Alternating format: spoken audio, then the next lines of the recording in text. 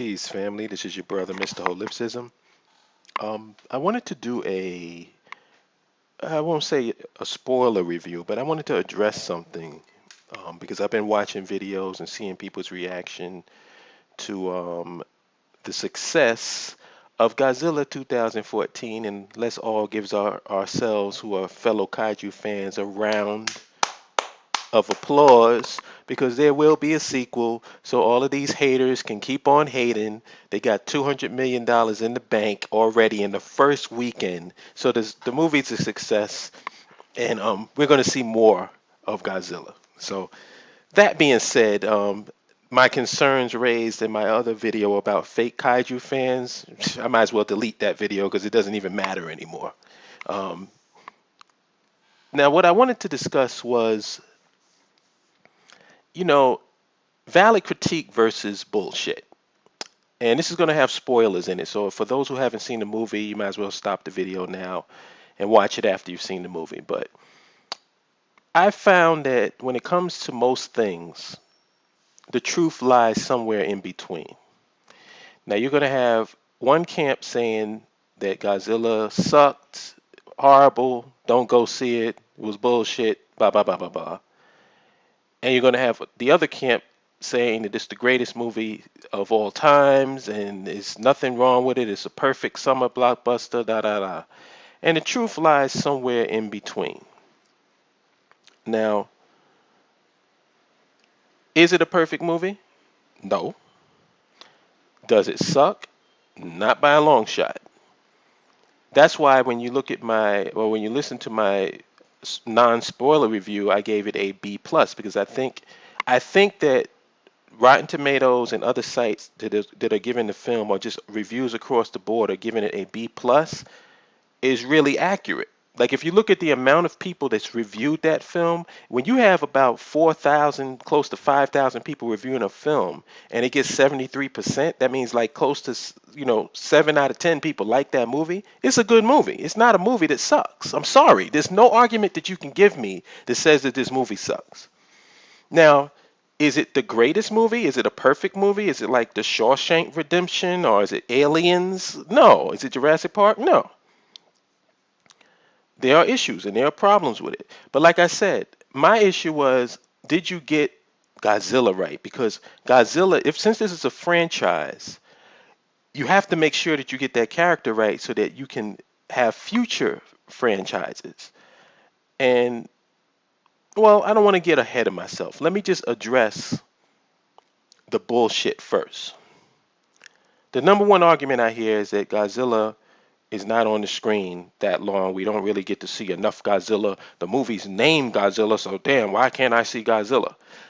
The reason why I'm calling bullshit on this, and the reason why I really don't care when a person tells me that, number one, you've never watched Godzilla movies. So why do I give a shit that you're not satisfied because you didn't see enough Godzilla? You're not a Godzilla fan to begin with. Because had you watched some Godzilla movies, like every time, you know what, guys? Do this because I've done this. When you see somebody that's overly critical of Godzilla, ask them this question: what's your favorite Godzilla movie? And if they give you that blank stare or they don't know, then just dismiss it. They don't know what they're talking about, because if you go into this movie as a so-called Godzilla fan and your issue is that Godzilla isn't on the screen enough, you don't know that Godzilla screen time in any Godzilla movie is about 15 to 20 minutes, and you don't really see him in full form until the third act. That's when the big boss fight occurs. That is the format of just about every Godzilla. If you check out every Godzilla versus this one, Godzilla versus that one, it follows that formula. Another thing that's a part of the formula. Oh, well, like the complaint is they didn't see him to the third act. Um, in all of the versus movies, Godzilla's opponents are being set up for the first and the second act. That's the whole format of those Toho movies. You set up whoever his opponent is, show the opponent how the opponent came into being, his origin story, show it in action. And for those who say that there's no action until the third act, Hello, the Muto scenes do classify as action, right? When you got big giant monsters tearing up shit, I do think that that classifies as action. So just because Godzilla is not on the screen does not mean that there's not action going on throughout the first and the second act. And the Mutos were badass. The Mutos were bad. I haven't seen anybody complain about the Mutos. People say, "Oh, well, we only got to see the Mutos." Well, what did you think about the Mutos when you saw them? Were you not engaged? Were you going up to get a soda while the Mutos was on the screen? No, you weren't. They were good monsters. They were well done monsters. They were badass. Actually, I want to get a Muto action figure when they come out with one. So that whole complaint about there's no action in the movie, it was boring. Bullshit. And this is another thing that I'm calling bullshit on. What critic, what deterror of this movie have you seen say that the third act isn't good? Anybody? Even the people that say that this movie sucks. Has anybody said that the third act was unsatisfying? Oh, well, it wasn't really that good. It wasn't great. Anybody? Pick a critic, forward them to me so I can see. Because I haven't heard, and I've been watching reviews before I saw the movie and reviews after I've seen the movie. I have yet to see somebody complain about the third act. And I've yet to see somebody complain about Godzilla. So they got the third act. The third act was very satisfying, and they got the character Godzilla that we all love and that we want to see in future Godzilla movies right. I have not heard anybody say that those two things were not done right. So, what's the problem? What's the problem? So your biggest problem is that this wasn't a classic movie. This wasn't an all-time greatest movie. Well, most movies that's released are not. You know, I hate to be a spoiler for you, but most movies that are released are not classic movies. Now that the bullshit is out of the way, let's deal with the valid criticisms. Now, the valid criticisms to me are this: poorly written characters are characters that we're not emotionally invested in. 100% accurate. That's a valid criticism. And I think, if I had to pick one flaw in Gareth Edwards in terms of him as a director, I think he needs to concentrate more on his character development. A lot of it has to do with the screenplay, so I can't completely blame him for that. And let me give you an example. The scene where the Japanese kid gets caught on the train and Aaron Taylor, you know, takes him and gives him the doll or whatever, and he actually saves him before he goes down into the, out of the train once the Muto bites it and stuff. In terms of acts, like when you just look at the act itself, that's great stuff. But it doesn't have any emotional pull or connection to it.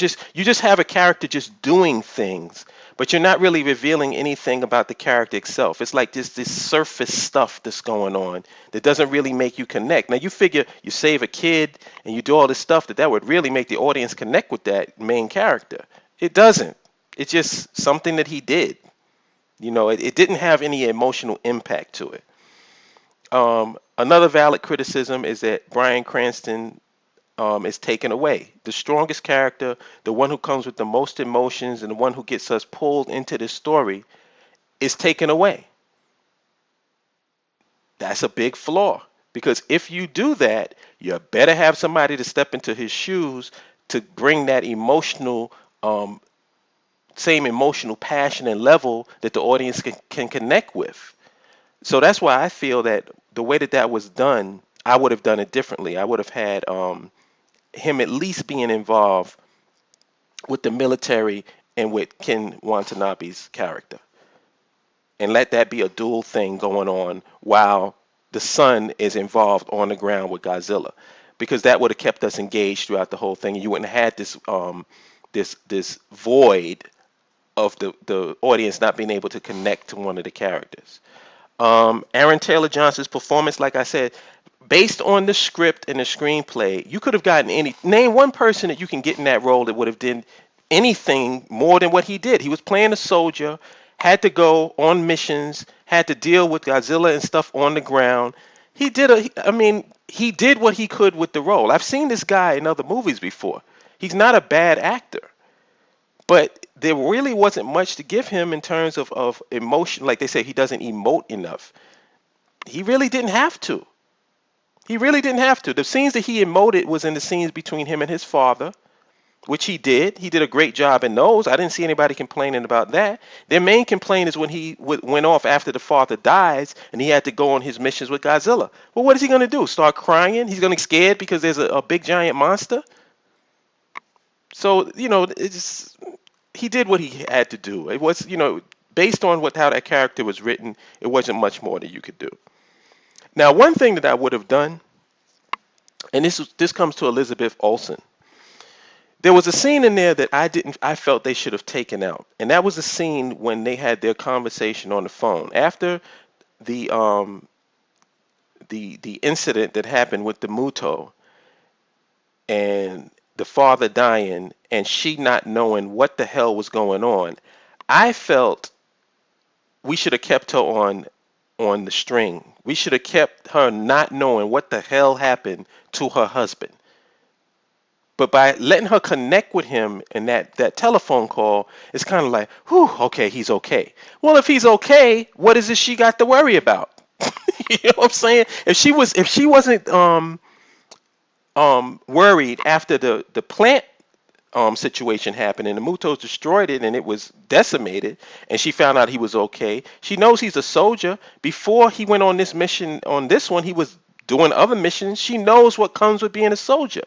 So I just felt like by them connecting and him talking to her, it kind of let her off the hook emotionally. I feel like if she had not spoken to him and if she was really concerned about his well-being, his health, and knowing that he was okay and not having any communication with him, that would have been something to bring the audience in and make it more impactful. So when we see that scene at the end when they finally get together, it's a big payoff.